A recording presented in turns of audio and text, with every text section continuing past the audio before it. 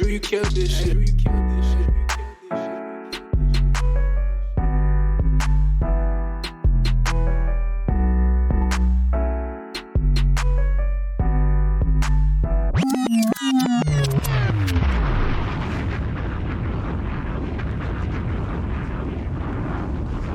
Welcome to another episode of In the Four Corners of Wrestling.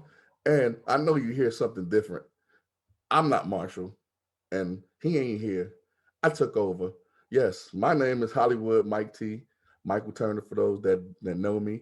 I am the producer of this show and all the other 613 shows. I'm the CEO of 613 Faye, and I'm here. I took over. I gave Marshall the weekend off to go be with his boo, and I am here. So, fellas, how y'all doing today, man? What's up? What's up, Mike? Going on, man? Just real quick, I just want to say something to all of our fans in the audience. I apologize because as soon as that man said hi, it's going to go downhill from here. So I apologize for that. The intro will be the best part. I think you'll only like that part. That's about it. Quabo. Okay, see, they're coming at me already, and I was gonna just do my job and say everything politically correct, but since they want to be some a-holes, I'm gonna give it to them today, raw, like the show. But I'm gonna give it to them, I don't know, whatever. But just to give you guys some background information about myself, like I said, I'm the guy that runs the 613 Faye along with my brother in crime, Tone. And I love wrestling, man. You know, I love wrestling. I got these guys together. None of them knew each other. Well, some of them knew each other, but they didn't really know each other. Now these guys really know each other, like eating pizza and ketchup together. But, you know, we're a great family. And I had to step in for Marshall. Like I said, he's been working so hard. You know, he had to deal with these riffraffs. I said, man, go ahead, take the weekend off, man. So I came in to fill in, and I'm here. So let's just jump right into things, man. And you know what it is. This month is Black History Month. And as we've been doing, we've been celebrating Black History Month here on 613 Faye, and especially in the Four Corners of Wrestling. To me, I love wrestling. I love the contributions that Black wrestlers have given to the business. I have some favorites, and I have some ones I don't like. Today, hopefully, we won't talk about many of them that I don't like. We'll shine some light and give some appreciation to those that are great. So we're going to start off with the match of the week. And right when I said that, we're going to get into one I don't like. So match of the week this week is from WrestleMania 19, Triple H versus Booker T. And man, let me tell you, the build up for this match, it's still talked about now, little controversial, played a little bit into race relations. And me, I can kind of separate the art from reality. So I never took it personal, but a lot of people still to this day take it personal. They think that, let's just say, Triple H used to shovel on Booker T because Booker T is Black. I don't personally agree with that, but we're going to open it up to the room. We're going to get some thoughts about the match. Let's go to my man from Flair Country. Woo! My homie, Jay Will. Let's open it up to you, Jay Will. Tell us what you feel about the match. Tell us what you were thinking. This match happened in 2003 for all the people that don't remember WrestleMania 19. Like I said, the build-up was big. This was a highlight for Booker T. This was a big highlight for Booker T coming from WCW. And it pretty much stamped him in WWE. But Jay Will, let him know what you feel. So, Mike, Mike, first, it's good to have you on the show. I'm going to put you in your place just like I do in our chat. So, be prepared. Now, this WrestleMania was big. We had a lot of buildup for this WrestleMania, and it was incredible. I mean, it was a lot of shit talking in a way that most people may not have ever seen at that time. And let me just tell you, the WrestleMania itself, sitting back and watching it now in the lens of 2021, whew, this is a tough pill to swallow as a black man. Now, of course, I saw it in real time as a young teenager, and it was a good match. I didn't think of it, the build up, as anything more than just wrestling, but goodness gracious, this thing was hard to watch. If you are a person like myself who really cares about our representation and how we're being treated as black people in the world, this one is tough to watch. So you got Booker T just coming in out of WCW. He gets into this match and he's finally getting some length with his dreads, and he's put up against Triple H. And Triple H being walked out to the ring with Ric Flair, one of the dirtiest players in the game, the cerebral assassin, the dirtiest player in the game on it, one of the greatest heel runs of his career, decides to go with this angle that is tough. I mean, terribly like jarring for anybody. And we get into the match. There's a lot of work from Jerry the King Lawler doing so many angles that one would argue is classism, and then another person would argue which would be racism. And it's tough.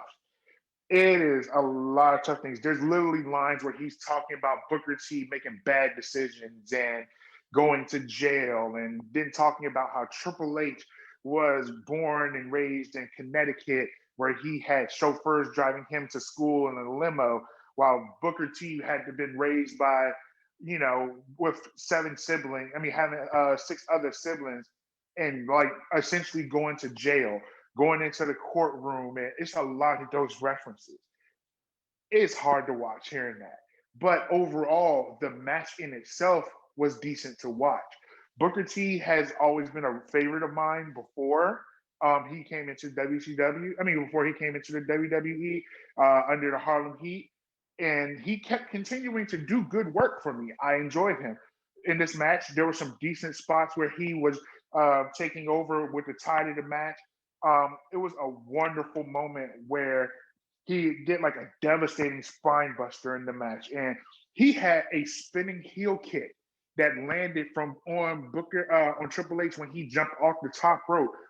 Whew, that was a devastating looking kick.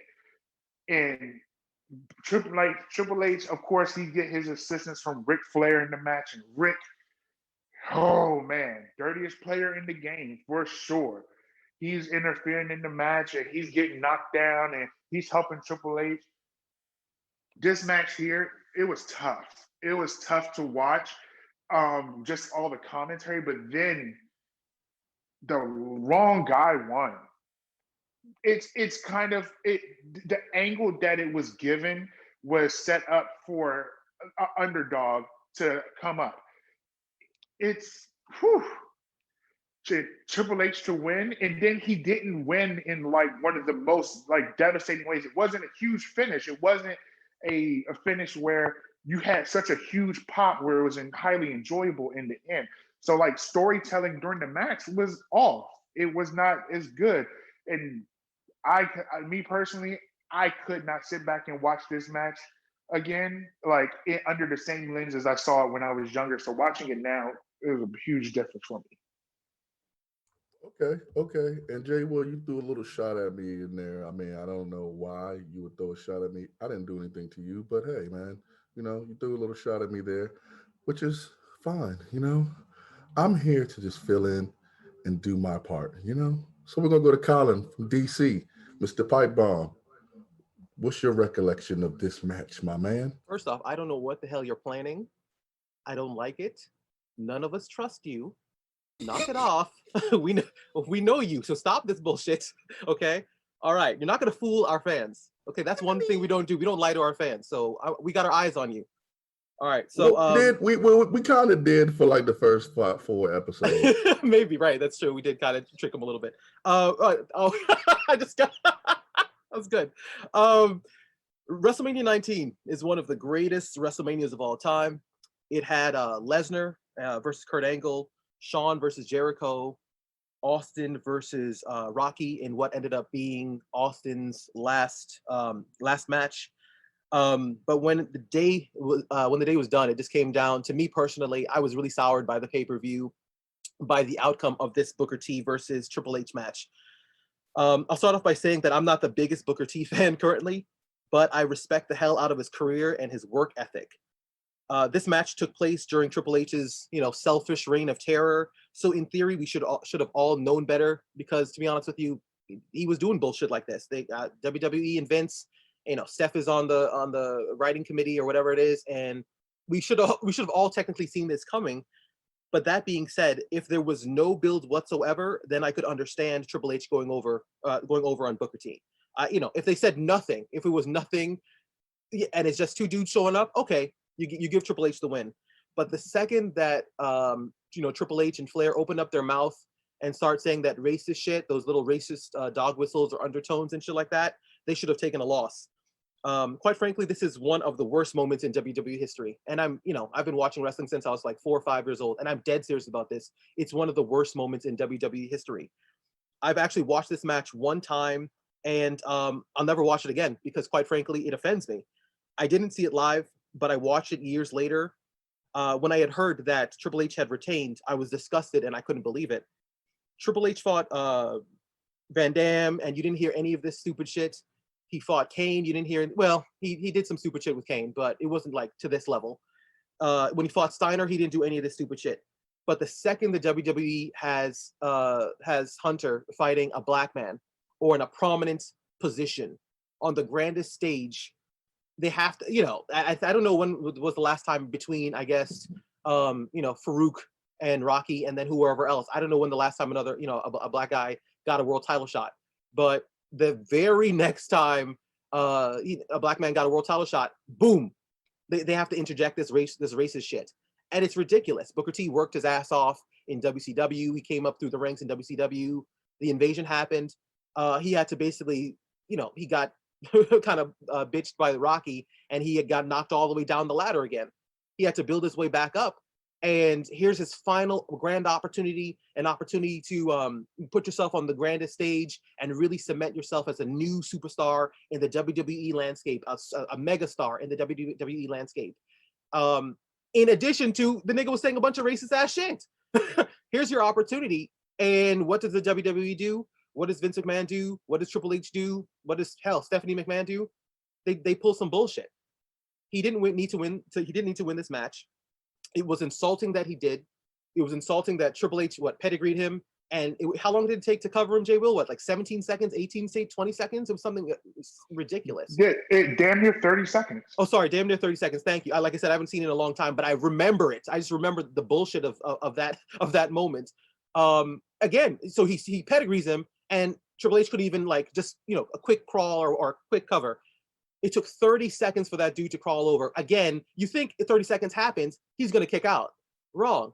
A total embarrassment. And I'm dead serious when I say this. I've watched wrestling for a long time. It's one of the worst moments in wrestling history. And like I said, I don't care about Booker T all that much. He's okay. I think he's a great guy.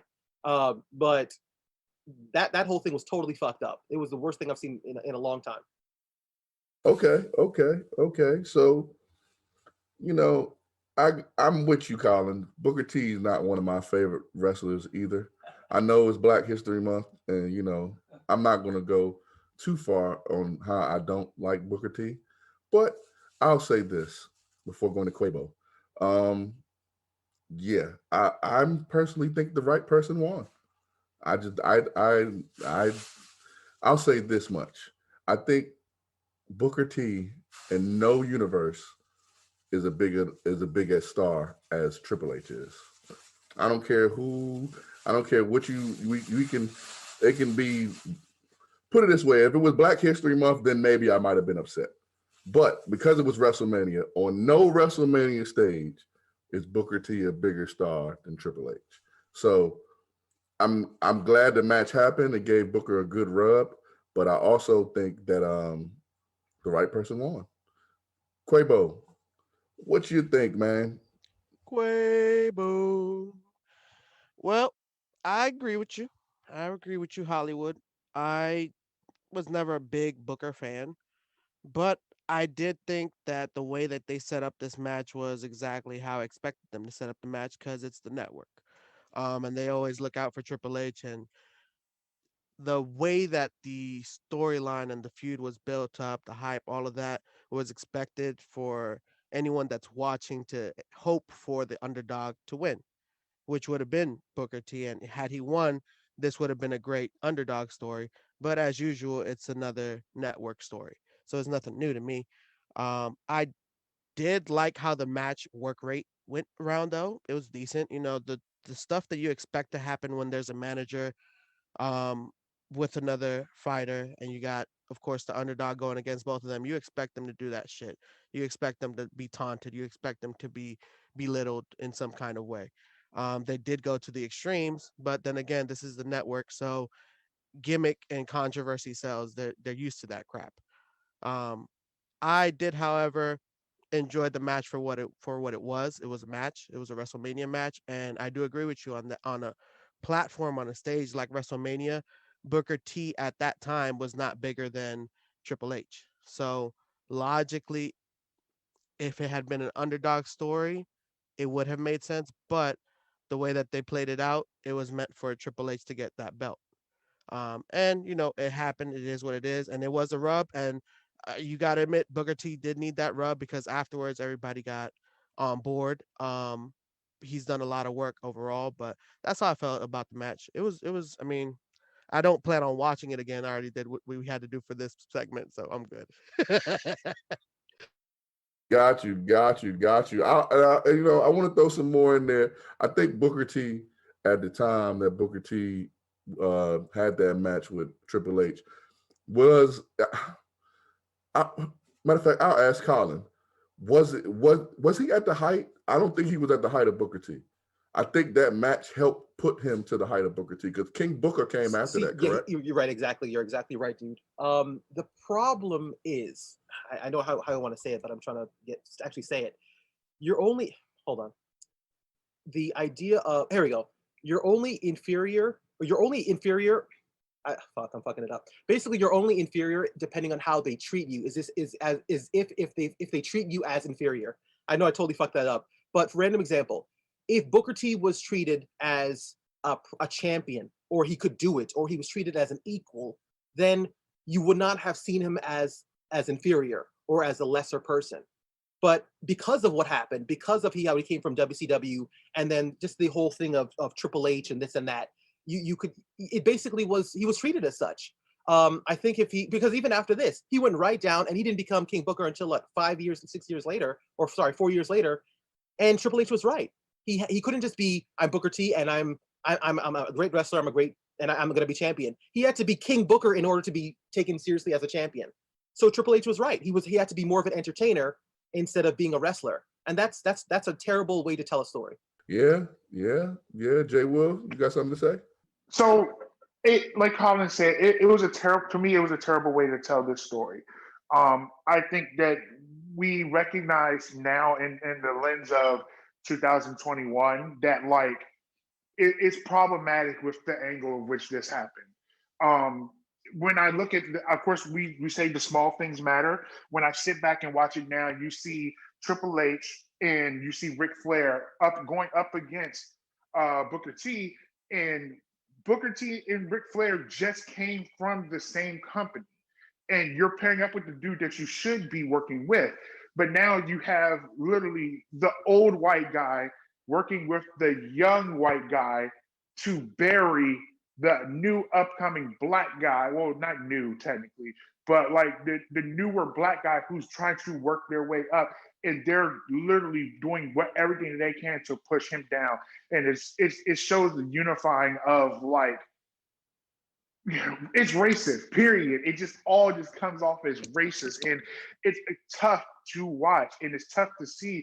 And again, for us to maybe I'm biased because of my race, but seeing how this played out in the end, it doesn't feel good. It wouldn't make a young African American person watching this match feel motivated and say, "Yo, I can be whatever. I can do this. I can join the wrestling or WWE and become a famous wrestler. They're going to give me the opportunity." Let me cut you off, Jay Will. Let me cut you off. Let me ask you this question.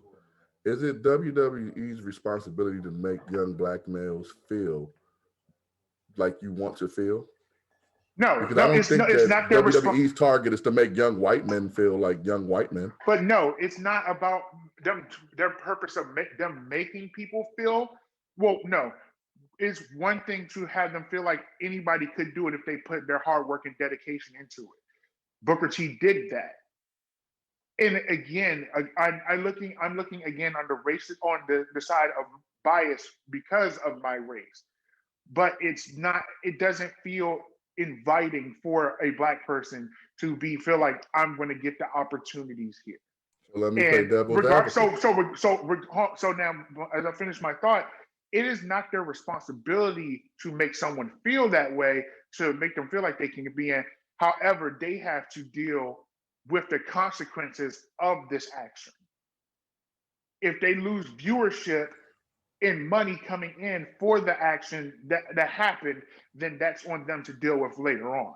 Real quick, Gotcha. Mike. I just want to jump in for 2 seconds to go along with what Jay's saying. Originally, I don't think the WWE set out on the path of like, you know what, we're gonna prove a point. We have role models. We're gonna affect this and that and blah blah blah blah. But as time went on, I think as a company, especially $1 billion company, you do take on that responsibility. So Hulk Hogan, Hulk Hogan, say your prayers, right? Your vitamins and this and that. Take your vitamins and believe in, say your, all that stuff. That is a thing. That's a thing, a symbol. Again, when me, I'm a little Hulkamaniac. Hulk Hogan was the first symbol of what is supposed to be what's good. Fight for the rights of every man. Fight for what's right. That's his song. That's what being a quote unquote a good American or real American is. So they instill those as a wrestler or whatever, or a company or whatever. They instill those values and representative of what a good guy was. Now, as you get older and the wrestling business has a lack of representation, true representation in the company or in the business, here's the one opportunity, the rare opportunity that you're presenting a black person or a person of color as a viable threat to hold your top title. And then you go out of your way to, and it's true, there was racist things. Nobody told them niggas to say, here, take my bags, or people like you with your nappy hair and this and that. When you start interjecting those things, you're sending a message. So it is on them to basically say, again, when you portray something and make something look as inferior, you're the one that's doing that. You can have that person look on a higher level, on a better level. But when you're going out of your way to say that person is inferior because so forth and so forth and so forth, and then they lose, and then they don't get another world title opportunity for years, that is the onus is on you as the company. So they should, I think they definitely have a responsibility. I'm not saying it as because I'm biased as a black person. Actually, I am a little bit, but because of that perspective and because of that lens, if I was white, white and even Latino people to a lesser extent, they've had that representation. They've had a lot of that representation. White people don't have to worry about that shit because they've had Hulk Hogan, because they've had Stone Cold Steve Austin, because they have Brett or Shawn or all these people. The rarity that black people get a representation on that level, and then you throw racist shit in, and then you lose, that's a problem, dude. Even if Booker T in general was quote unquote inferior in terms of wrestling style and promos, that may be all good and well, but on that given day, WrestleMania 19, whenever the fuck it was, 2003, he should have won the match to send a message that saying that bullshit wasn't, that saying bullshit like that shouldn't be tolerated. Yeah, I get what you're saying. I get what you're saying. So let me ask you three this question. I think Jay will already answer it, but let me ask you again. Do you think the right person won? Because I do. I personally think that Triple H should have won. I think that, and I know that Triple H gets the baggage for burying people, and everyone says he buries people, woo, woo. But as me and Colin have both said, Booker T left that match and gained more than if he would have won. I don't think we get King Booker if he would have won. I don't think we get TNA Booker when he had the fake accent if we won. I don't think we get the Booker T that we got if he won that match. So let's start with you, Quavo. You think the right guy won? I think it would have been very interesting to see him win, but yeah, the right guy had to win, bro. Triple H won. He had to win in that moment. You got to understand the network's not here to prove a point. They're just here to get ratings, bro. And at the end of the day, ratings wise, Triple H was going to carry that belt longer than if they gave it to Booker T. He would have ended up losing it in a month. It would have been over. So I feel like it would have been more detrimental had he won. Colin? I mean, Jose makes a good point. I personally, I think Booker T should have won. Triple H, people having a month-long title reign and then losing the title back to Triple H, that shit happens all the time. That's so. What's the difference? The one thing I'll say is Triple H's reign of terror was more impressive, obviously because he gobbled up all these people. So, me personally, Booker T should have won that night, but I do understand Triple H having a long-lasting title reign without any interruptions. But my thing is, you didn't have to put that racist ass shit in there. You could have said none of that shit. Just joked about, called Booker T some bullshit because he came from WCW, and then move that shit on. Let me ask you this question before I go to Jay Will. I keep hearing the racial undertones about that match between Booker T and Triple H and the build up for it with the racial undertones. You guys don't watch Quentin Tarantino movies? You never seen Higher Learning? Anybody? Yeah, we've seen it, but that doesn't make it. So you hate Michael Rappaport? No. I just need a yes or no question. This is not like Marshall. Just need a yes or no question. So you've seen those movies. Yes. Do you hate Michael Rappaport? No. All right. Not particularly. Do you hate Leonardo DiCaprio? I do actually a little bit. I love him actually. So why is it that WWE can't do the same thing? It's the same thing. It's the exact same thing. And I think that's where, as wrestling fans, we get too tied up, especially as Black wrestling fans. And that's, we have private conversations, and I'll just be blunt with it. I think a lot of times with the Black wrestlers, when we have these conversations about Black wrestlers, we don't take into account the situations that they're put into, and it's just a storyline. Like it's just a storyline. That doesn't mean that someone's racist for real. That doesn't mean that someone really feels that way. They're playing characters. Triple H is not his name. His name is Paul Levesque. Two different people. Booker T's real name is not Booker T. It's whatever his real name is. I forgot what it is. And it would help for me to do it on the podcast, but I don't remember what his name is right now. So, but I get the whole Jay Will made you feel a certain way because it was kind of a racial undertone, but you bought the pay-per-view. Mike, the problem that I have with what you're saying is it's fair enough. You're right. Leonardo DiCaprio is not Calvin Candy. You're right. Triple H, Paul Levesque is not a racist in real life. However, since we're all wrestling fans and we get ourselves wrapped up into the wrestling storylines, right? The character of Triple H was saying to the character of Booker T, racist ass shit. So as a fan, you're still going to take offense to that, or not even take offense to that. But when the day is done, you would still want to see the racist get their comeuppance. So, random example: when the character Calvin Candy was saying racist ass shit to the character Django, what ended up happening to Calvin Candy? He didn't end up winning. He ended up getting. I get that point. I get that point that the racists usually lose. However, in the story of America, the racists have been winning. So if that's the case, you're mad at everything. Well, yeah, I am mad at everything. Yeah, I mean, if we, me personally, I told my brother this a long time ago. I don't watch wrestling no more because the maneuvers, like what a maneuver. I watch it because of the storylines, and it kind of intrigues me to sometimes. Well, this is not a new school show, but I'll say this as far as new school, as much as the old school did. As far as it, drew me in, and then I followed the storylines. I love the storylines. But it was nowadays it's more predictable. I'll say that it's more predictable. So that storyline drew me in because yes, I wanted the black guy to win because yeah, I'm black, but at the same time, I thought Triple H did a great job of being a heel in that. I think that was some of Triple H's best work. And I don't think that Booker T, if we're going there with it, I don't think Booker T was how could I put this? I don't think he fought hard enough. If we're talk about characters, I don't think he fought as the black guy hard enough. If that makes any sense to anyone. But again, Um, that's on because then now we're getting into a little bit more into the weeds, and that goes into the writing. So, random example. First off, I feel like racism and saying racist things is it's in wrestling is low hanging fruit. Like it's not. There's no nuance to it. Hey, you're saying racist ass shit. That's not. I don't think that's any high level of anything. And then again, Booker T is only able to respond in the way that the writers say that he's supposed to respond. So it's kind of a weird situation because, Triple H is saying his thing, and the best, and WWE has a problem with this. Somebody has a past, a criminal past or whatever. They like to throw that shit in there. Like, no, I'm Booker T. I was WCW television champion. I was United States champion. I'm a 5-time world champion. Just say your shit and go. You don't have to talk about how you used to be a criminal and this and that. Just go in there and beat someone's ass. That's it. Can you do that? Can you say that to in a company where Vince McMahon, the joke is on him most of the time? I mean, that's true. That's true. But I mean, I'm just saying, yeah.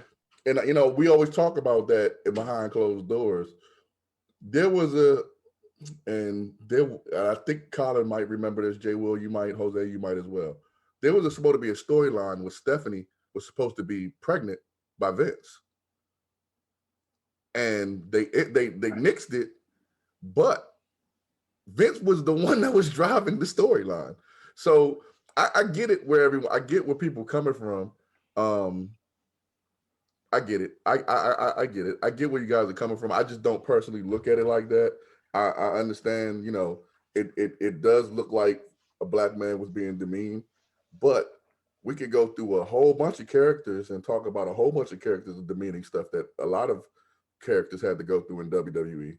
So, Jay Will, you want the final word on this? So I just to answer the question again, the wrong man still won. I'm going to stand on that, and I'll forever stand on that. And there was a moment where someone said, I think it was Mike, or it might have been Quabo, where you said that the right man won for the business, and because it needed to make sense for the business. Well, if we want to be honest, the business is the people who are spending most of their hard-earned money in this business are white men, white kids, white people. So for you to say that it's right for the business, so the white man won. So if they had saw a black man win after all the racist things happens, then they're like, well, he shouldn't have won. The white man should have won. Why? I'm not going to give them my money. So then they would lose money from other white racists too. So we decided on going for the money, no matter how morally wrong the situation was.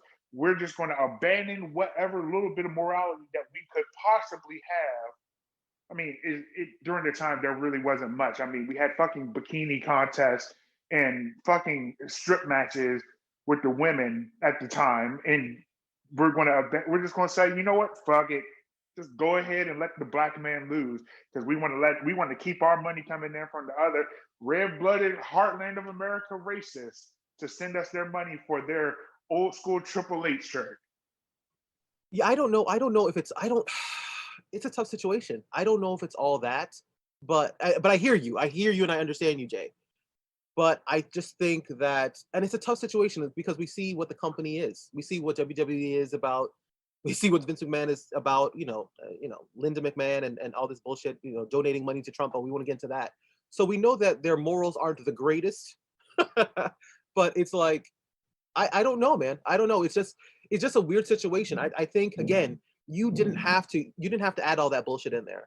Nappy hair and this and that. You didn't have to do any of that shit. Just, hey, well, you know what? I'm better than you. That exactly the point. There was a simple thing of keeping it strictly of the WCW being a lesser company. Like, their quality of the people may not have been good. You can make that valid argument, because we clearly know who won the Monday Night Wars. We know who won the war. So why would we have to throw in the argument, the undertones of racism, and then get along classism there?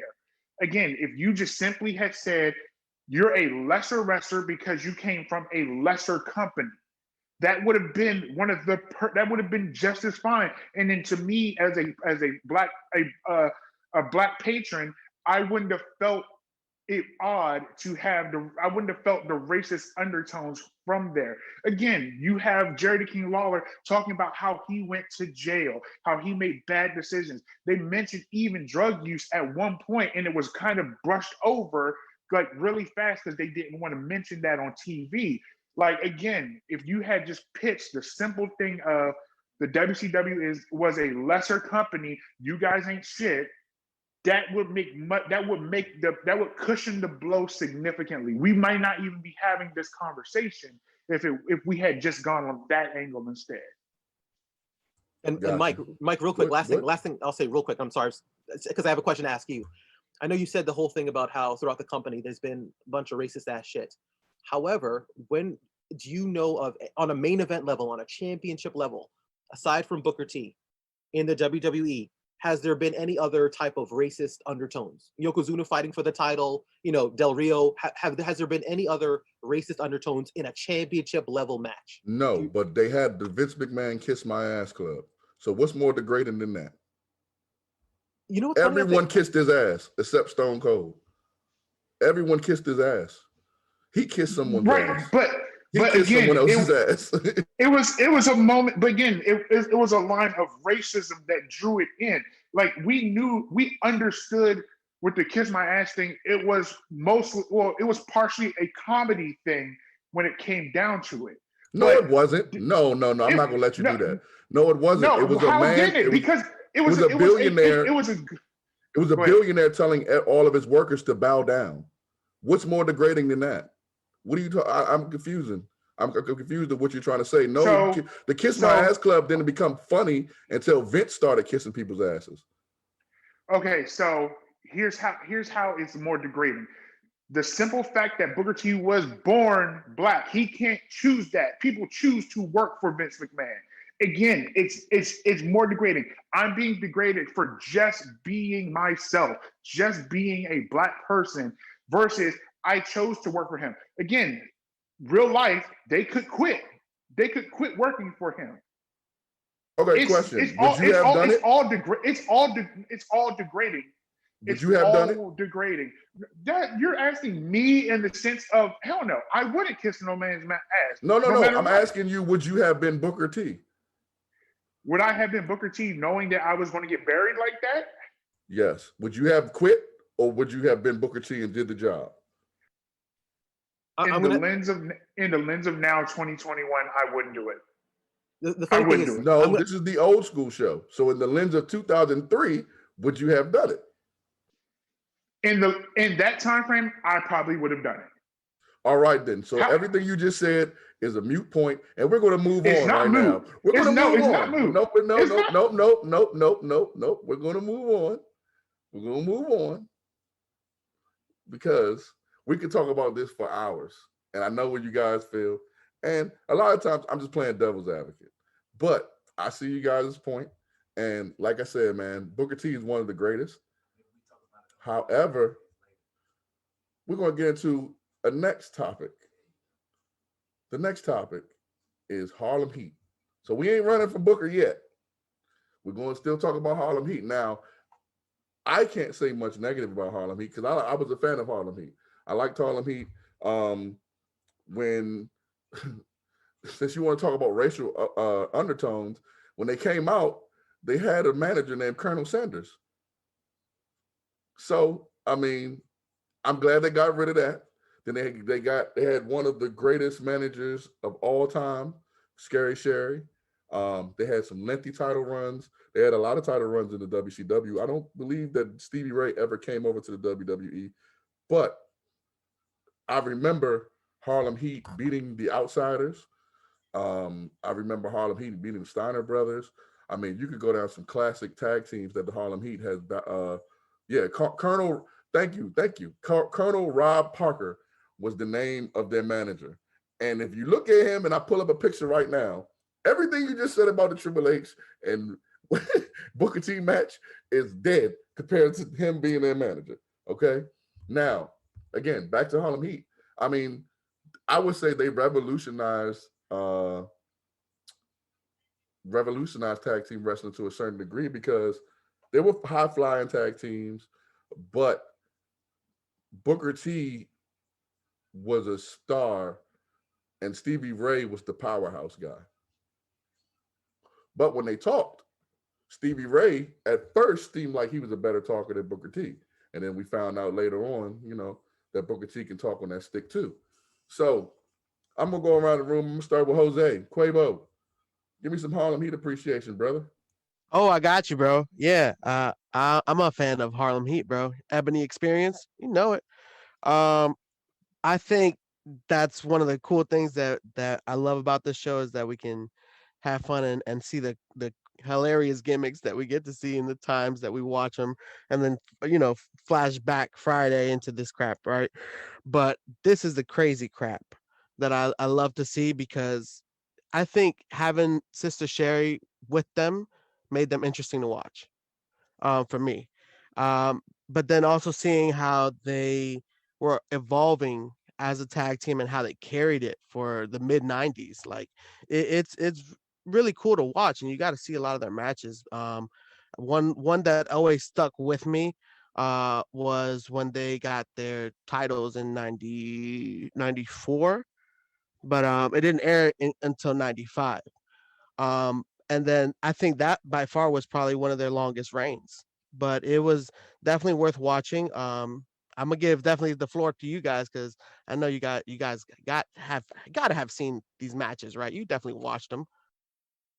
Okay. So I'm going to go let's go to Jay Will. What you think about Harlem Heat, man? Give us some Harlem Heat appreciation, man. I know you like Booker T, so go ahead. Go off. So I, of course, started watching WCW around the time the Monday Night Wars, which was when I saw a lot of my matches for Harlem Heat. And when we say representation means a lot to us, we genuinely mean it. Booker T, high top fade. I definitely had the fade when I was younger, and it was cool to see him. It was great to see them working. Like it was two wrestlers who were billed in a majority black area known as Harlem Heat. They like it was so cool to see them in matches. They had some amazing matches. I mean, there's the one match that really stands out the most with me was when they battled against the Steiner brothers. They had a great match with versus Sting and Lex Luger for the titles. I mean, dudes were 10-time WCW Tag Team Champions. 10 times. Bro, that's saying a lot. These dudes were putting in some great work. Booker T, it was unfortunate he had for them to get the notoriety for him to go over was for him to like do the spin-a-rooney to see a black man having to dance to get some notoriety and get noticed. But like, it's what helped him launch themselves into, the stratosphere. Great feud with the Steiners, even no matter how much I dislike Scott Steiner, those matches were good. The tag team matches were great. Then we got to see Booker like come into his own later on, but like as a tag team, the synergy between the two of them was great. I really it disappoints me to see that Stevie Ray really didn't go much further after that point, after the separation.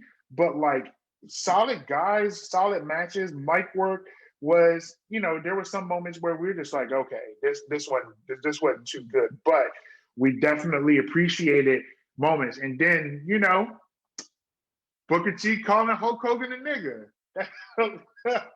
How can we not talk about that moment? How could we dance around that one? I love Harlem Heat. Love them. I definitely can go back and rewatch a bunch of matches with them. Good stuff. Win or lose, they did some good work. Okay. Okay, Jay Will. Okay, Jay Will. That's pretty cool. That's pretty cool. I'll say the WCW. How can I put this? WCW.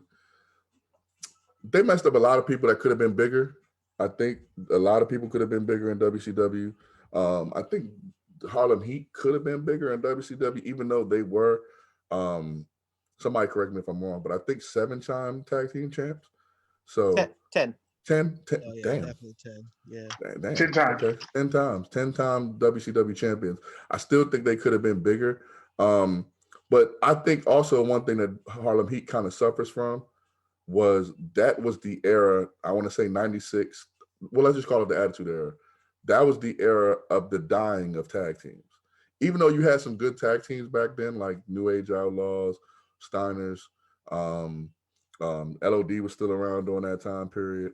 Uh, uh, Rock and Sock Connection was out during that time period. Wrestling as a whole was gearing towards solo wrestling a lot more. So they suffered from that. They could have, like I said, I think they could have been bigger, but I think that they stood the time, and they're one of the greatest tag teams, and is very deserving of being in the Hall of Fame. I wish they would have had a WWE run. Booker keeps teasing at them coming back for a match against the Street Profits. I think that would be a great rub for the Street Profits. I think any tag team that they came back and Matt went against now will be a good rub for that team. I mean, there's so many teams that they could probably give the rub. The Usos, that probably would be an entertaining match. If they wanted to go the AEW route, I don't think that the Young Bucks style-wise would be a good match, but I think that it'll sell a lot of tickets. It'll get people in there. Who else is a good team? Oh, FTR. That could bring FTR back from the dead. I'm not going to give my opinions on them today, but that will be a good rub. But I think Harlem Heat, they etched themselves in history, and they did a great job of what they were given. I mean, again, they came in with the white cologne. What was his name again? Colonel Rob Parker. Rob Parker. Good. Rob Parker. And if yeah, it wasn't. Shit was a horrible It was manager to give him. ridiculous to watch. It was Oh a my goodness. ridiculous, like, what the hell? And I'll tell you this: I believe they were from Harlem for the longest time. Absolutely. I forgot how I found out that they weren't from Harlem, but I thought for a long time that they was from Harlem. And Yeah, I don't think I realized it until adulthood that they weren't actually from Harlem, like matter at of fact, all. I think so too. I think it was when it was when Booker T got to WWE and they started announcing him from Houston. Where I found out, Oh, yeah, they started announcing that he was from Houston. They didn't say he was from Harlem, New York. So that's but yeah, man, it's God, Gorillas of Destiny. I think that they will be a good matchup for Harlem Heat. A lot of young teams, you know how the older guys come back, and they give the rub to the young guys. I don't put it this way. I think Harlem Heat as the tag team would do a lot more for the younger talent than Booker T would, if that makes any sense to anybody. I agree with that. That makes sense. As a solo, he wouldn't do that. Yeah, I think I think Booker T can give some people some rubs, but it has to be a certain type of person. Like, I think Booker T can give a mid-carder a rub. I don't think he can give a main carder a rub. Like, if Booker Right. T, go ahead. No, like it wouldn't make sense to give a Kofi Kingston a rub right now versus maybe a Big E. You can have or no, I would say an Apollo Crews to give him a rub. That's a perfect person, Yeah. I think. A perfect, or Sami Zayn, or the highest I would go is probably Kevin Owens. Would be a probably entertaining feud. But Colin, let me get you to jump in there, because I know you got some things about Harlem Heat. I remember when we was younger, man. I think you liked them. I thought they were okay, and the reason why they were okay was because at the time they got caught up. Like, remember, like when me and you were first met, it was the NWO, so they kind of got caught up in that whole NWO takeover. But like, they were like really good pieces. I think it was around like 95, 96. Yeah, 96. They were a great tag team in a great tag team division. So I don't know if you guys remember, but the WWF tag team division at the time was trash. I think they had like the Smoking Guns and the Body Donnas and the Pig Farmers. It was garbage. But meanwhile, in WCW, they had obviously Harlem Heat. They had the Outsiders. They had Sting and Lex Luger. They had the Nasty Boys, they had the Steiners, they had the Road Warriors, they had the Bloods, the American Male. It was a murderer's row. They had the Yin Yang Twins. They had just everybody there, and it was crazy because I couldn't understand. So actually, that really got me into tag team wrestling, watching WCW's tag team division at that time, because they could put any combination of those guys together, and it would have been an absolutely interesting match. However, as things progressed, I started to realize, their importance, Harlem Heat's importance. The representation matters, and as basically the only Black representation in WCW, it was important to see them on TV, especially at a time when there was so little representation in wrestling. And the biggest thing about the Harlem Heat was they were taken seriously. They weren't just like rapping or dancing. They were just two brothers from Harlem that would just beat the shit out of you. And I definitely appreciated that. They would always put on good matches, and they definitely had like one of the best theme songs ever. I love it. It's like one of my top it's like one of my top 10 theme songs. Even though you knew that Booker T was like the Shawn Michaels of the group, I was always personally entertained with Stevie Ray. He would, call dudes that he didn't like, he would call them fruit booties. He would call women that talk too much yaks. I loved it. I just loved it. It was hilarious. But they're definitely an all-time great tag team, and they definitely deserved to be inducted into the Hall of Fame. It would be interesting to see them come back. I don't know if they really have. I don't know. I mean, Stevie Ray's he's kind of up there in age. I know Stevie Ray back in the day. They tried to do something with him. He and Booker T broke up. Booker T had a singles career, and Stevie Ray, was felt slighted. So he actually ended up joining the NWO, and I think he actually became television champion. But he, bless his heart, he really, aside from the little one-liners about yaks and fruit booties and hitting people with slapjacks, he really couldn't talk. He really couldn't talk all that well, and he really couldn't. As a singles wrestler, he wasn't all that great. But together, those two brothers were definitely something special. And yeah, I got a lot of love for Harlem Heat. Harlem Heat, we appreciate y'all. We appreciate everything that you've done for the wrestling business. We appreciate the doors that you guys opened up for the plethora and the future of Black wrestling. You guys did an amazing job doing that. Yeah, man, Harlem Heat. Shouts out to Harlem Heat, man. Shouts out to Harlem Heat. Moving on. We are doing, as we've been doing all Black History Month, we've been asking where are certain people? And this week, we're going to ask, where is Miss Jacqueline? Now, for those that don't know Miss Jacqueline was a Black female wrestler. She was early '90s, but she made her mark, I would say, the Attitude Era, and she was just a kick-ass Black woman, fine, chocolate, and she just was just, like I said, just a kick-ass. She beat everybody up. She beat men up, and she was one of the greats. And I believe I don't believe she is a Hall of Famer. So I'm gonna go around the room. I'm gonna start with Colin from DC. Go ahead and talk about Miss Jacqueline. Tell us what you feel about her. She definitely is a trailblazer. She was the first Black women's champion in WWF history, and she's often considered as one of the toughest women in wrestling. I distinctly remember her beating the shit out of Disco Inferno in WCW. She was never the foundation of a women's division, but she was always an important cog, like the glue that keeps things together. You could always count on her to make the golden goose of the division to look really good. She helped train Trish Stratus and helped jumpstart her career. She helped put Sable on the map as a competitor in the women's division. It's funny, like you don't, especially back in the Attitude Era and stuff like that. All hell was breaking loose with Austin and Rocky and all those boys, and you really didn't pay attention to somebody like Jackie back in the day. But as you get older and you start like looking back and looking at and noticing like little things, little nuances and stuff like that, you start realizing how important even the little people were. And that's definitely a situation with Jackie.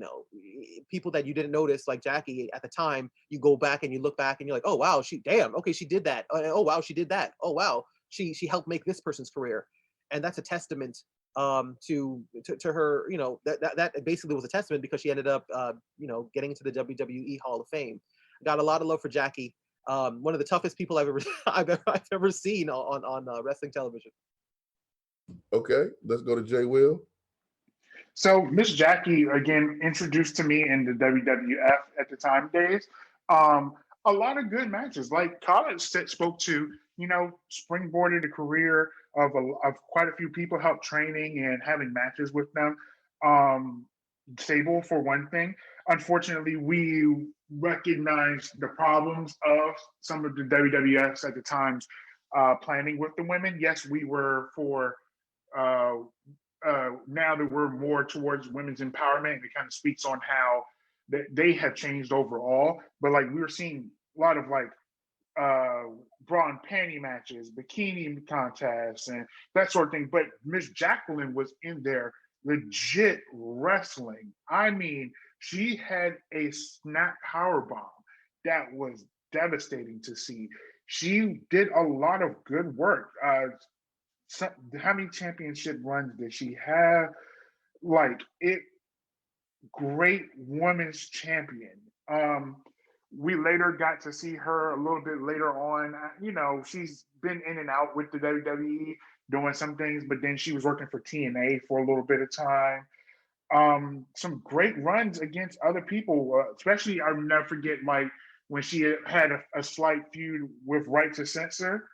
Bro, she was great to watch. Unfortunately, we got to see her more on like some of the Sunday Night Heat matches, which, of course, Sunday Night Heat was a good pre-show for a wrestling event, a pay-per-view that you will watch. But, we did get to see some good matches with her on Raw and occasionally on SmackDown at the time. A strong black woman, like great, very good mic skills. She was a powerhouse for her height. The woman was 5'3", but she was pulling off power bombs in matches. A move that you only saw your over 6-footers doing. You're sick, like you had Diesel doing power bombs and shit. Like strong work from her, strong work ethic from her. Definitely appreciate her and love her. I definitely would love to see her appear in shows every so often as a legend. Would like to definitely see that. Okay, Jay Will. Okay, Jay Will. Quabo. You know I was coming to you, man. You What's your know it, thoughts on man. Miss Jacqueline, man? Oh, man. Hell yeah, yo, Miss Jackie, yo, she's overshadowed. I think underrated and underappreciated in the grand scheme of things. Um, Mostly because she has carried a lot of stars over, not just in WCW, but WWE and TNA with the little things that she did. Um, you see when she joined Harlem Heat, you know, pow, she's on the scene. But also seeing how she goes and becomes a solo. I know they say divas. I prefer to call her a knockout because she was a hard hitting, like take no kind of crap uh, uh pioneer of the sport. Like I think in my opinion, she's one of the original horsemen. But seeing how she can also show love to the other new four horsewomen of the decades now is just like seeing that she didn't do it just to make a name for herself. She did it to open the door for other people. Also seeing how she was able to be a knockout in TNA, and a lot of people don't give her props for that because wrestling on a six-sided ring is a lot harder than doing it in the traditional sense. So seeing how she did that and also held her own against tough competitors that weren't the usual diva, Brian Penny's kind of match. These are like women that can take a punch, like Gail Kim and freaking ODB, just to name a few. So seeing how Miss Jackie was still able to do all of that, of course she deserved to be in the Hall of Fame, man. She was hilarious with the APA. So it's just so many things and so many ways that she could have been intricately put. And on top of that, she beat Chavo Guerrero, and she's the first women's cruiserweight. So it's like she done a lot, bro. She done a lot. I love me some Miss Jacqueline Moore. I kind of also want to throw in like let's when we think about Miss Jacqueline, when she was women's champion, she had a slight feud with Stephanie McMahon, and it's crazy to think about this that you would put Stephanie McMahon up against Miss Jacqueline. If you actually watch Jackie's matches, there's no way that you would have seen her ever losing clean to Stephanie McMahon. And the only reason why she lost that title was because DX interfered on that match. And it speaks volumes to her that you have to have men interfere in your match to have you lose your title. She was that dominant of a force as a Black woman in wrestling. And again, like Quavo said, underappreciated, does not get talked about as much as she should be getting talked about for the work that she's done, not just in the WWE, but in wrestling altogether. And I mean, to your point, Jay, like, I mean, she definitely, like, she's the trailblazer, right? I would, Sasha Banks, Naomi, Bianca Belair, Jade Cargill, all of them, Alicia Fox. Like, where would they be if it wasn't for somebody like Jackie being out there and blazing that trail? So yeah, no, shout out to Jackie, seriously. Okay, cool, y'all. So I got everybody's opinion on Jacqueline, and like I said, Jacqueline was a kick ass. Jacqueline wasn't in the Royal Rumble, was she? I don't think so. But she was in something she might have been in the Battle Royal, right? I think she might have been in the Rumble. I think she might have been in the Rumble too. Yeah, I'm pretty sure. I feel like she was. We'll have to fact check that, and we'll get back to you guys get. about that next week. We'll make sure we'll Yeah, fact check that. I'm gonna check on that one. Yeah, Mike, check me. Mike, was she in the Royal Rumble with Colonel Sanders? Oh, see, this whole show, I've been going easy on you guys, But since you wanted to go there, Colin, cool. It's okay, I still have the rest of the show, and I have the capabilities of muting you whenever I want to. So, Hey, Mike, real quick. Anyway, before you go there, she came back in the 2018 Royal Rumble. She came out for that one. For the female one. Yeah. I think it was it? It wasn't the male one. Yeah, it had to be the female one. Yeah. It had to be the female one. It makes no sense for her to come out in the male one. Right. Yeah, and unfortunately, she got eliminated by Nia Jax. But anyway, moving on. Here's another segment we do monthly. It's called Went Wrong. And there's a lot to say that went wrong for this one, fellas. We're going to keep it brief. It's Black History Month. We're going to keep it brief. What went wrong with Virgil? I mean, I'll go first. Hold on, Colin. You notice I didn't tell who to go first. Oh, sorry. No, I did that on purpose because I'm just gonna go. This is a free fall. Go ahead and go. But the funny thing is, I don't have a problem with Virgil. Yeah, he's a dickhead now, but I got how nostalgia is, right? So basically, he has an all-time. He's part of an all-time legendary duo.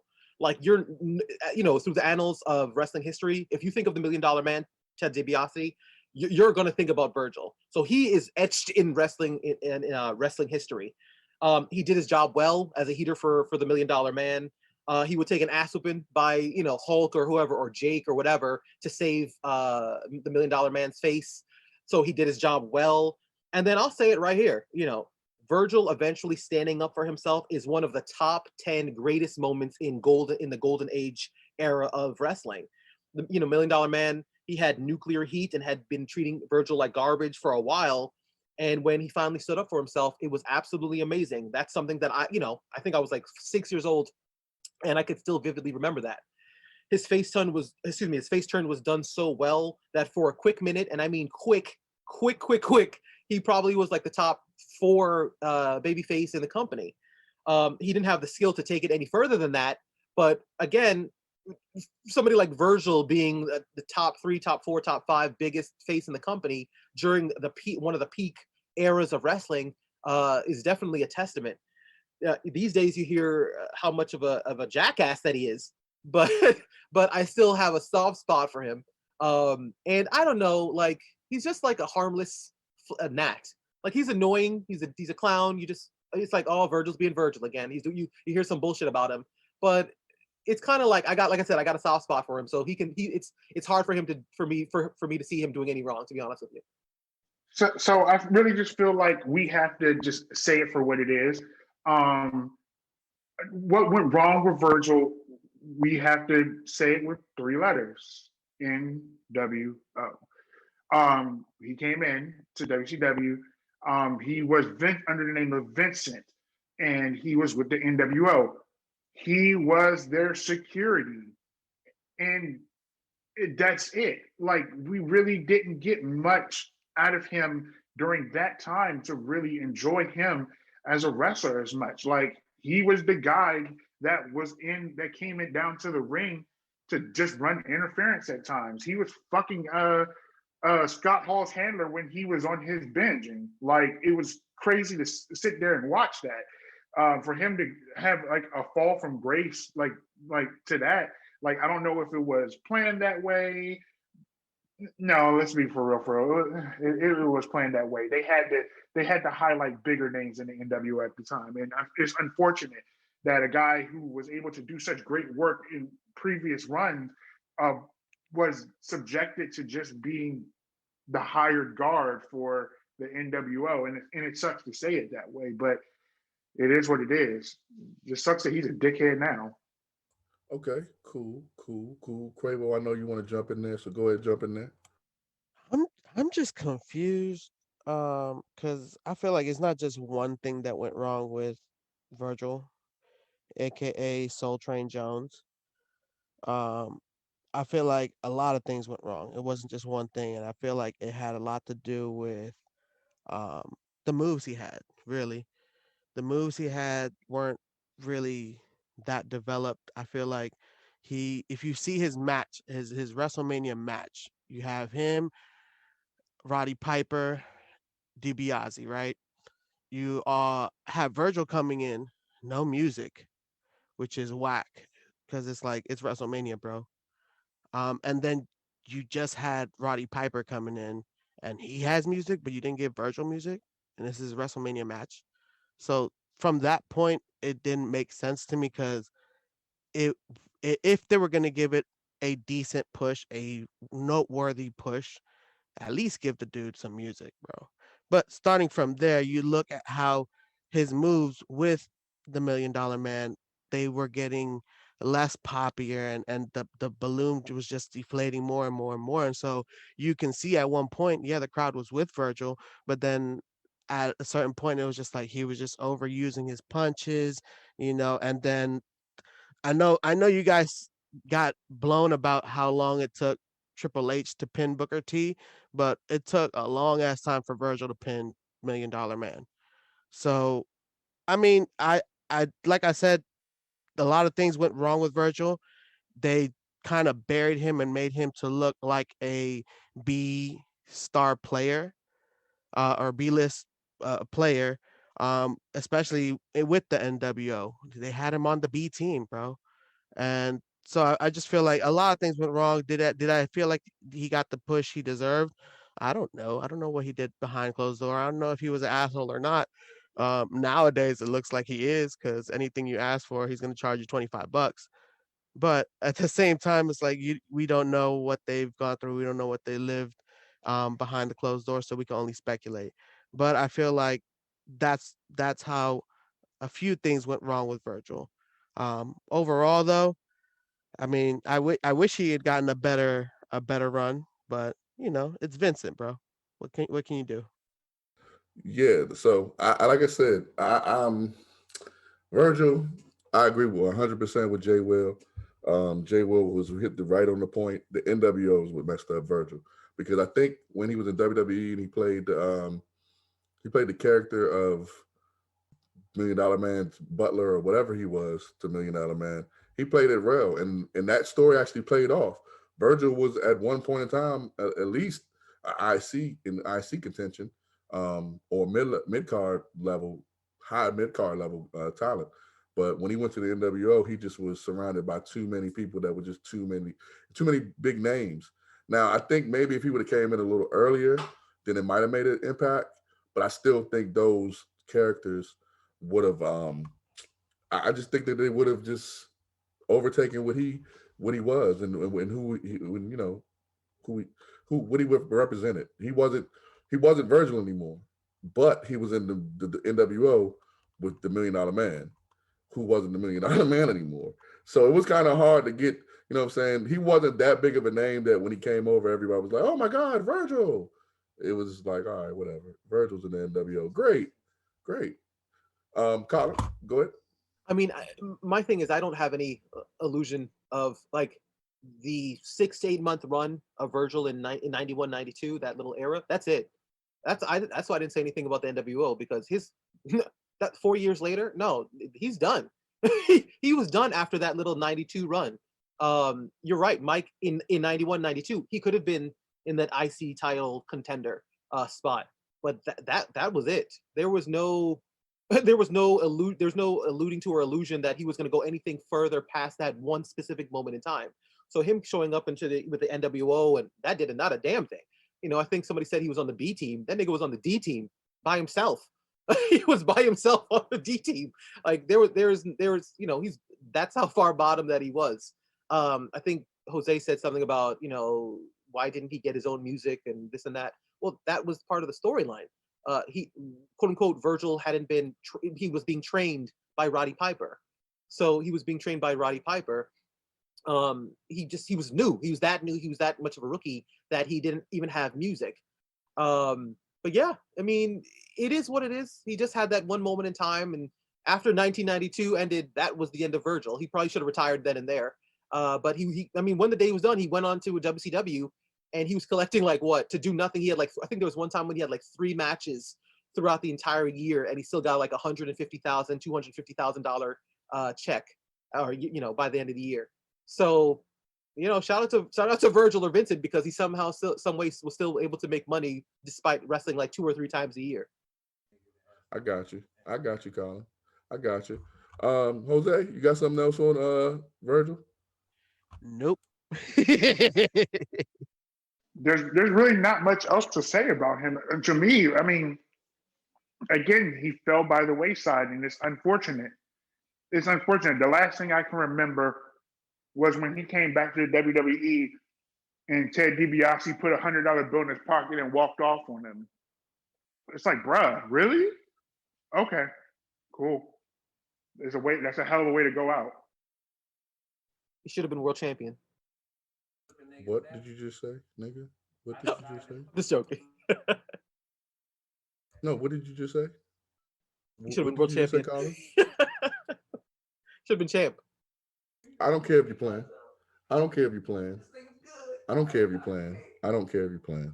What did you just say out your mouth? Say it again, please. He should have beat Hogan at WrestleMania. Okay, moving on. Moving on, fellas, because that, you know, Colin, I've known you for a long time, man. You suck. I just want to let you know that you suck at everything you do, and you just suck, man. You know, I see every week you come over here and you bully Jose. Every week you come and you bully Jose. And this week I've been trying to chill, but then you said that stupid shit. Colin, I'm just gonna say a prayer for you later on, okay? Are you gonna take your vitamins? I'm not gonna take my vitamins, but I am gonna say my prayers. And fuck Hulk Hogan. But anyway, moving on. We're gonna go to One Gotta Go. And this week we got a good one, man. Y'all gotta remember now. Y'all gotta remember. The rules are, if you delete one person, you delete everything about them, their past and what they did, what they moved on to do. You delete their whole career. Okay. So this week, one gotta go. And I'm gonna go last. Chris Jericho, AJ Styles, Eddie Guerrero. It's only 3 this week. This is how y'all do me. What the fuck? Every week else is 4 and you only give me 3 options this week. And Kurt. What kind of shit is this? Kurt was the fourth one. Who? Kurt Angle was the fourth one. Kurt. But why didn't you guys tell me this in pre-production? You only gave me 3. Oh, I'm trying to sorry. make me look bad? Yes. Set me Yeah. up? It's very easy Okay, to make you cool. look bad. It's very easy to make me look bad. Got you. You, Okay. no, you do it. You do it naturally. I do it now. Oh, Jay Will, you have no neck. You should not be talking about me. Okay. Okay. All right. Now, again, the rules are it's 4 picks this week. Kurt Angle, Chris Jericho, AJ Styles, and Eddie Guerrero. If you delete one, it's their whole career. Everything. So I'm going to start with Jose. Oh yeah. Oh yeah. This is a tough one because you look at it. You got to look at each one has made an impact. Okay. And I'm gonna go with I'm getting rid of AJ Styles. Shit! Really? Okay. Oh, what did you just say, Jose? Again? I I swear, why did y'all get me to do this show? I don't like any of y'all. I don't like anything that y'all say. So why did you give me, what did you say, Jose? I gotta get rid of AJ Styles, bro. Lord have mercy. To save the universe, bro. To save the universe, bro. To save the universe. Why, Jose, did you have to get rid of AJ Styles? Look at each one and how they marked wrestling in general, bro. Each one brought a different level of wrestling, a different combination and fusion of wrestling. You look at Eddie Guerrero, he did lucha with American style. You got Kurt, Olympic and American style. You got Jericho, who has combined so many different kinds of styles. And then you have AJ Styles. Yes, he's the phenomenal one, but overall, to save the timeline, if you gotta get rid of one, I gotta get rid of AJ Styles. You know what, Jose? I'm not gonna get on you as much as I should get on you right now, seeing as though you are Mr. Impact. That just baffled me that you said AJ Styles. So I'm gonna move on. I'm gonna move on. No, we don't need you to huff and puff anymore. Jay Will, let's go. Okay, so Jericho, Angle, AJ Styles, and Eddie Guerrero. Now, I have these conversations before with you guys about how WCW had a lot of underrated talent that didn't get appreciated. For that specific reason, I refuse to get rid of Jericho and Eddie Guerrero. Granted, currently I'm not a fan of Jericho, but that's for, the next show. However, I will be left with Kurt Angle versus AJ Styles. And I'm sorry, I'm keeping the Olympic hero and I'm dropping AJ Styles. Don't get me wrong. I love him. I love his work. I'm enjoying him currently, but I can do without AJ Styles forever. Current, past, future, you gotta go. All right, Jay Will, cool. Jay Will, cool. That's good. Colin. So hold on. We got 2 AJ Styles so far, man. I'm scared of what you're gonna say out your mouth because you, Lord have mercy. Colin, go ahead. Take the floor. It's kind of funny. So here we go. Eddie and Jericho get a pass because they're all-time entertaining outside of the ring. Then you add on the stuff that they did in WCW, in the cruiserweight division, and throughout. Then you add in their WWE careers, and those two it was over before it got started. So Kurt Angle was a guy that I saw from the beginning. So I saw him work his way up from the bottom, or as bottom as you can get from being an Olympic gold medal winner to eventually becoming WWF champion. He had memorable matches with countless of people, entertaining as a goofball or as a wrestling machine. So I love Kurt Angle. So MAGA AJ Styles can get the fuck out of here. This one was pretty easy. Originally, Mysterio was supposed to be in this spot, and that would have been a hell of a lot tougher for me. But because of all the WCW history and stuff like that. But I'm not blinded by TNA wrestling. He could have had as many good wrestling matches in TNA as he wanted to. But I don't care. I just feel like it wasn't on the same level as entertaining as entertainment as the other three. So no, AJ wasn't better than Eddie Guerrero. He wasn't as entertaining as Eddie Guerrero. No, he wasn't as entertaining as Chris Jericho, even though Jericho has his own issues and I don't like him that much either right now. And when it comes down to it, I feel like Kurt has had more big time, Wrestlemania, just all time classics, like all over the board, especially on the bigger stage. AJ could have a great match in front of 5 people in the Impact Zone. I don't care. When you do it on the biggest stage of all time, that means more to me. So bye AJ Styles. Okay. Well, you know what, you guys. Lord, when is Marshall? Let me text Marshall. I need to know when he's coming back. Because I don't know. My blood pressure is pretty high. You guys are just crazy, man. Mike, your blood pressure is high is because you eat mayonnaise with French fries. No, why do you guys lie on me? I am not Marshall. Okay. Now I'll say this. You guys make a good argument.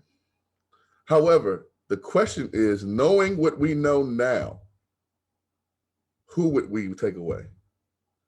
AJ Styles, the fuck? No, Chris Jericho got to go. Chris Jericho is horrible now. He's 50 years old.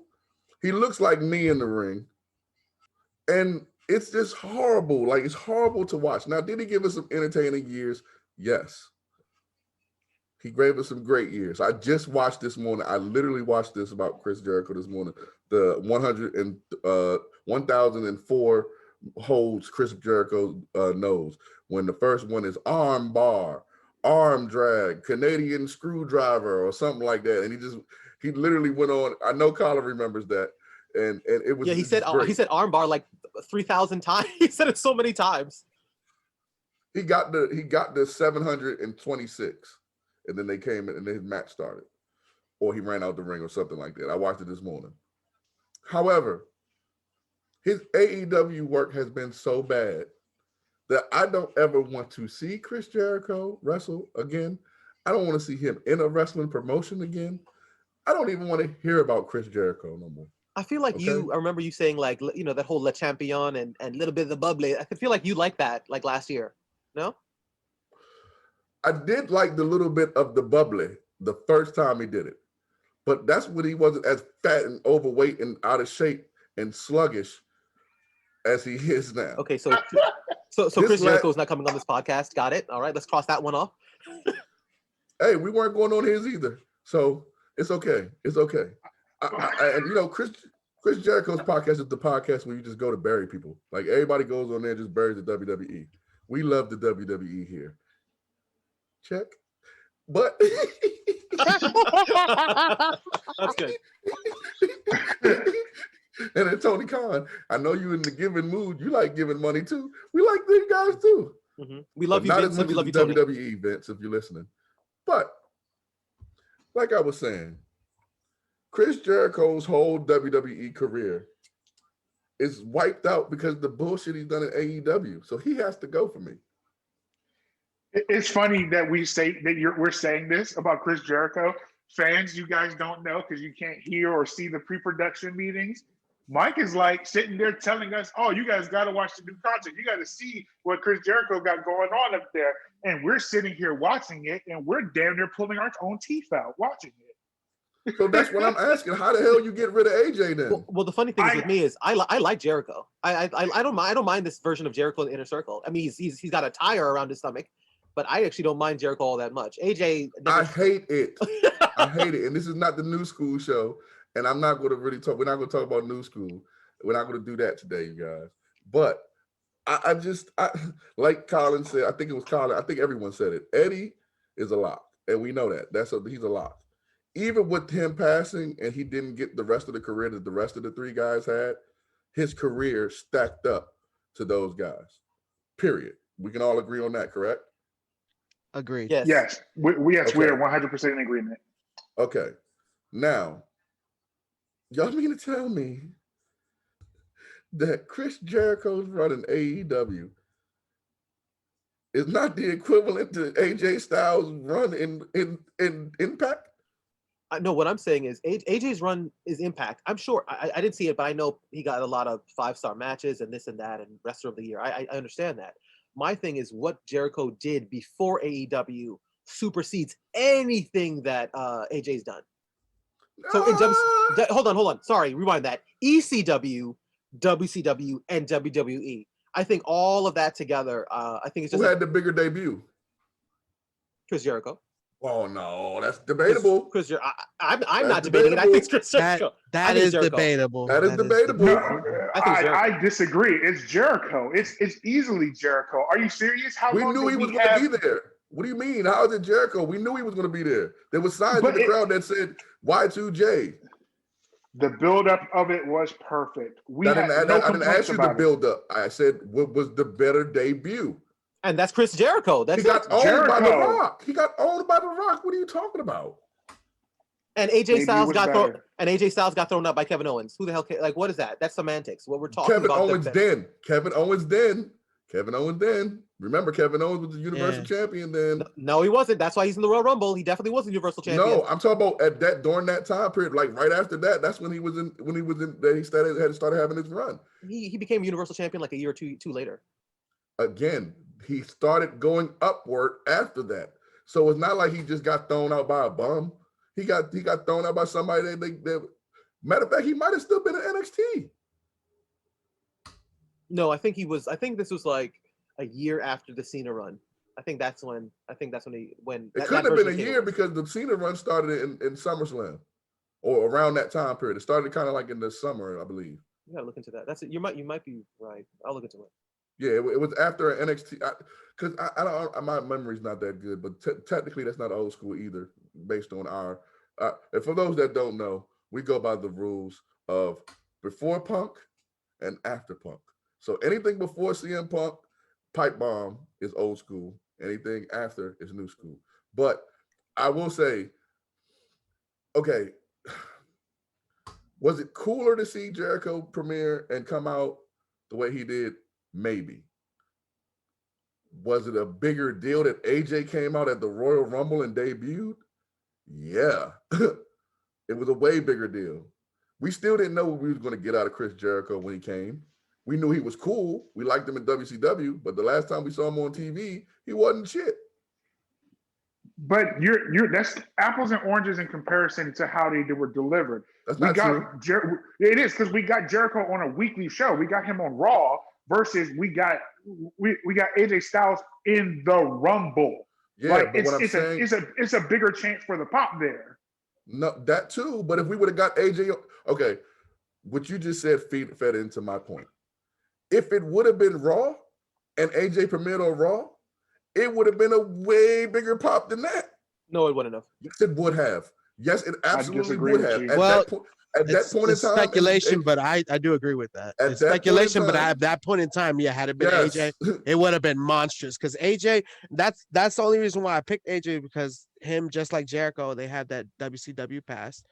But also, like, AJ, had he come in sooner to the WWE, I would have definitely said Jericho. I think so. I don't think that if AJ came in, he would have been. I think if AJ came in earlier, he would have been lost in the sauce. I think he would have been lost in the sauce. Yeah, I think he came in at the perfect time. The absolute perfect time he came in into the WWE, and I believe that his career at that time, it was only two foreigners that had ever been the IG, whatever the name of the New Japan belt is. The IWGP. Belt. Yes, I can't say it, but whatever. I can't say it. Say it for me again, Colin. Please say it one more time. You can't say letters? IWGP. IWGP. Just say New Japan. New Japan. New Japan. You know what, Jay Will? You can't say letters. It's cool. We get it. While you over there drinking bacon juice, okay? You need to relax, okay? But when he came into WWE, he had just came off that run. There was only two people that held the New Japan World Championship. Who was it, Mike? Brock Lesnar and AJ Styles. Nope, Kurt Angle. Then AJ. When the Kurt Angle? No, Whoa. he never was the No, heavyweight. no. He He was. never was the You're wrong, heavyweight. bro. You're wrong. You're wrong. Guys, the first time. guys. Kurt Angle held the Kurt Who are we Angle was the talking world to? champion. Who are we talking to? Who are we talking to? I'm wrestling history. Okay. PipeBomb. Yeah, AJ but you got the never shit. ever talk about New AJ got the Japan. shit before Brock Lesnar, bro. What you talking about? You said Oh my what? God, Jose, stop it! Get him out! Get him off the show! Get him off! He's talking shit. Get off! What did he say? What did he say? He said AJ got the title before Lesnar. Really? Okay. Who said AJ got it before Lesnar? That's what Jose just said. No, he didn't. He didn't say that. Did you just He say just that? Let me said take it. back. He just said it. He just said it. Let him be on new school because he can't do old school. It's terrible. You know what, Jose? Every week I listen to them trash you. You know what I'm going to tell you?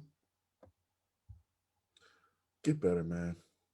Get better. Fight back. Punch him in the mouth, man. Punch Colin. Just punch him one time in the mouth.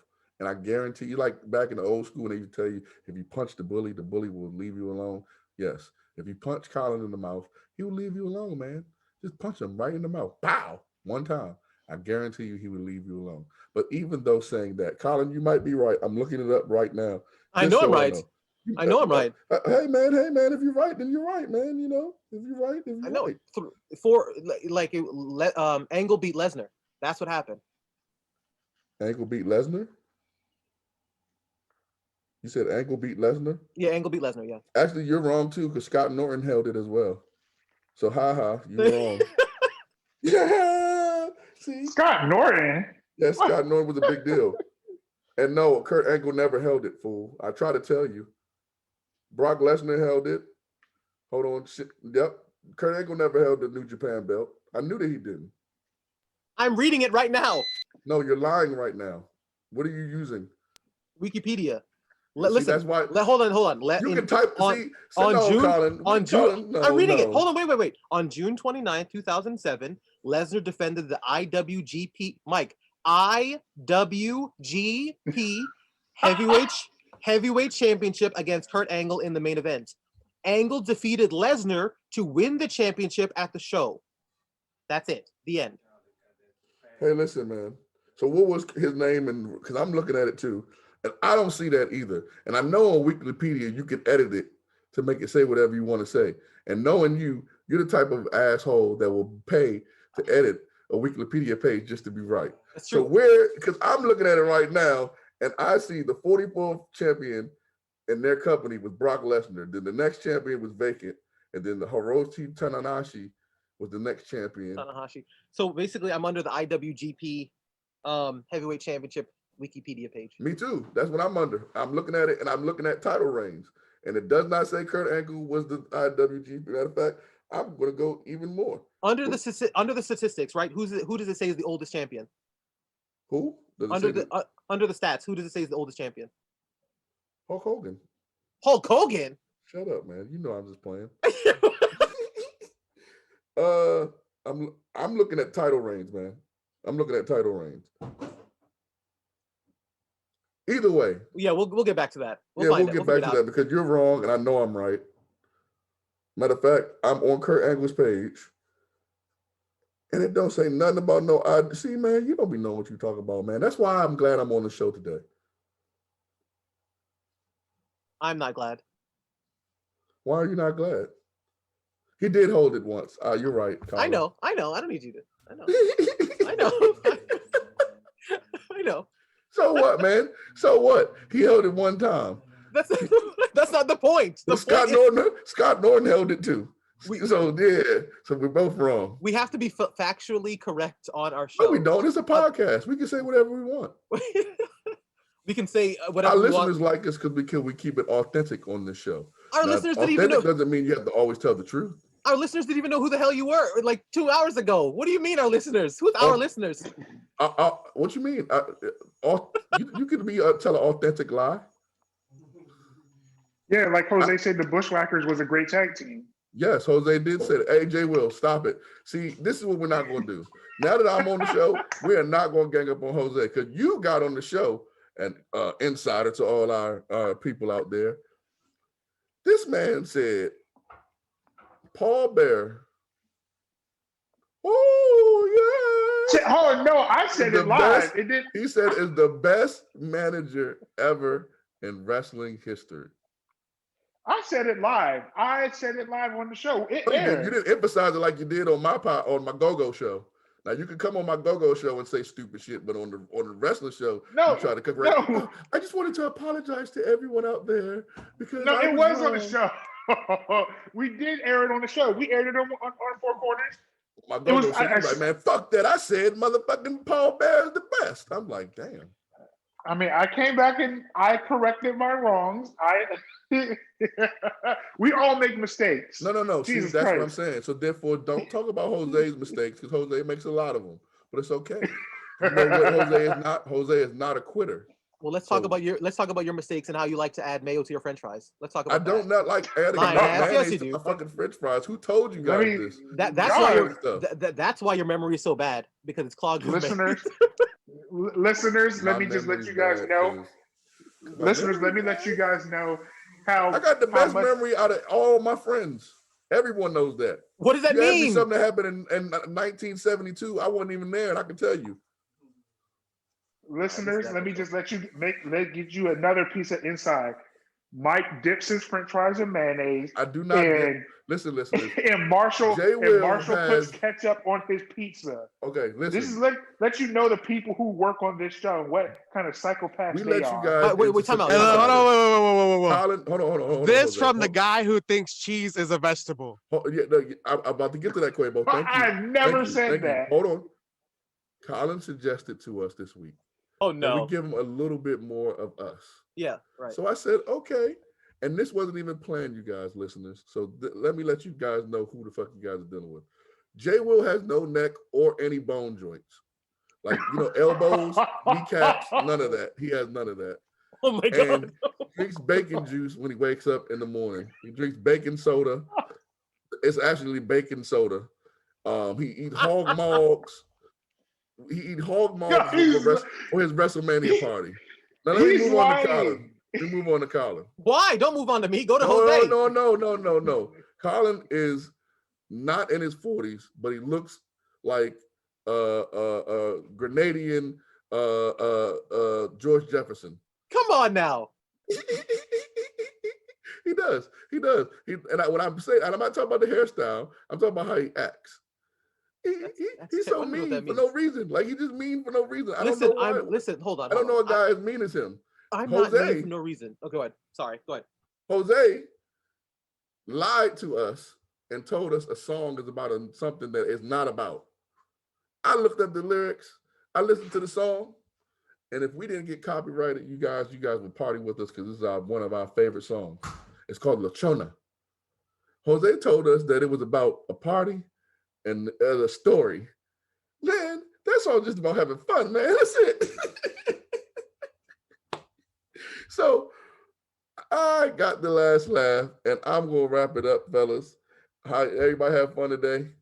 Yes, sir. Yeah, man, we had fun. Bro, I'm still laughing, bro. I gotta mute. You know what? Fuck you guys, because you guys be all happy and energetic when Marshall said, but when I said it, you guys are like, yeah, man, we kind of. Well, I'm so blown off of this man, Jose. Jose is like, oh yeah, AJ Styles held the title before Brock Lesnar. Oh, PipeBomb, you're wrong. What He the fuck? did. He didn't. Oh. Beat Kazuchika Okada before, bro. You talking about the IWGP, whatever the shit is called. IWGP Heavyweight Championship. Based on what I'm seeing, He was the first non-Japanese wrestler to do it. Who? Kurt Angle? No, He AJ said- Styles. He said AJ had it before Brock Lesnar. No, he didn't have it before. AJ Oh my God. AJ didn't go to the New Japan till like 2014, fool. I He mean, never- it's a joke. Scott Norton had it before Brock Lesnar. If that counts, if that's what you're trying to say. If you're trying to say that Brock wasn't the first foreigner to have it, but Quavo's on that mayo and fries and ketchup and pizza diet right now because he's fucking up. yeah, I don't know. Quavo, I tried to help you, man. I tried to super kick everybody, have a super kick party with you, but you left me alone, so I had to super kick you. And that's how we're gonna wrap it up today, man. Again, all my fellas, shouts out to my guy Jay Will in the Flair corner. Give him say something, Jay Will. Oh, I gotta do this. if you are on YouTube, and you're already on YouTube because you're listening to our podcast on YouTube, Jay Will is in a band, and his band is on YouTube. They did the Super Bowl show, Ambition Band. Jay Will, tell them where you can find them. So you can find my band Ambition. You can find us on Instagram at Ambition Band DMV. You can find us on YouTube with our YouTube page, Ambition/Topic. You can also find our music on Exclusive Go on YouTube. We have a Super Bowl promo, and if you're in the DC metro area, coming up, we have we will see a Mochella live stream. So if you love Go, you love everything DC, look out for us, Ambition Band DMV. Okay, that's pretty cool. You're such a diva. He was like, and my band, you want to find my band? Colin, what you got going on, man? Nothing too much, man. Nothing too much. You guys can find me on Twitter under Fight Baird Fight, Baird BAIRD, under IG Showstop818, and yeah, have a good day, y'all.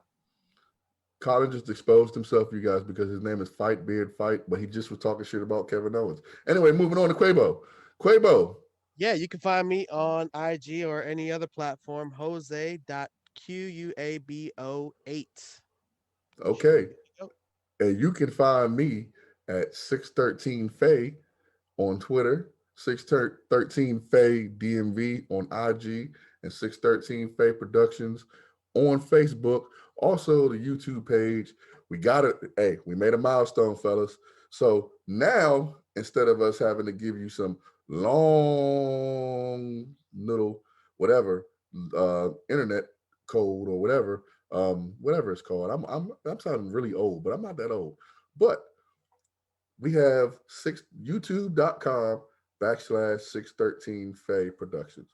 That's all you gotta do now. Hit the like and subscribe button on our page. We have other podcasts on the show on our page. Tone and Cash, Game and Pad Podcast, each and every Thursday at 11 o'clock a.m.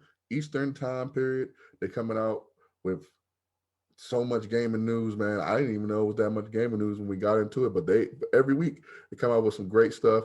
And you know, these guys always give them hell on this show talking about Tone and Cash. Nerds. But, okay, you call them nerds. They Tetris boys. Blurds. See, Blurds. You know, Tone and Cash. Don't worry, we're gonna set up that match, and we're gonna do it live on YouTube. We're gonna do it. They're gonna game together live on YouTube and Twitch in the future. I'll probably sometime in March. I don't know. I'm gonna let Tone set that up because Tone knows what he's doing, and I trust Tone. Also, Facts Podcast, the female Facts crew. 6 Black women, amazing Black women, dope Black women. They come to you each and every Friday at 8 a.m. on the 613 Faye Productions YouTube channel. So yeah, man, like and share. And what does Marshall usually say at the end of this shit? I've almost had enough today, so I don't even. Don't try none of this at home. Leave it to the professionals. Oh no, I'm not gonna see. You sounded so foolish when you said. It sounded terrible. You sounded terrible. horrible. That was Horrible. as bad as Horrible, bro. Horrible, Fuck bro. y'all. Like, what, I can't. I'm gonna tell Marshall you tried it and you just did horrible. It sucked. Okay. Sucked. I'm gonna say this. I'm the best there is. Oh my God. The best that. No, that's not it. Woo! Dig it. No, that's not it either. Fuck it. Show's over. Peace out, y'all.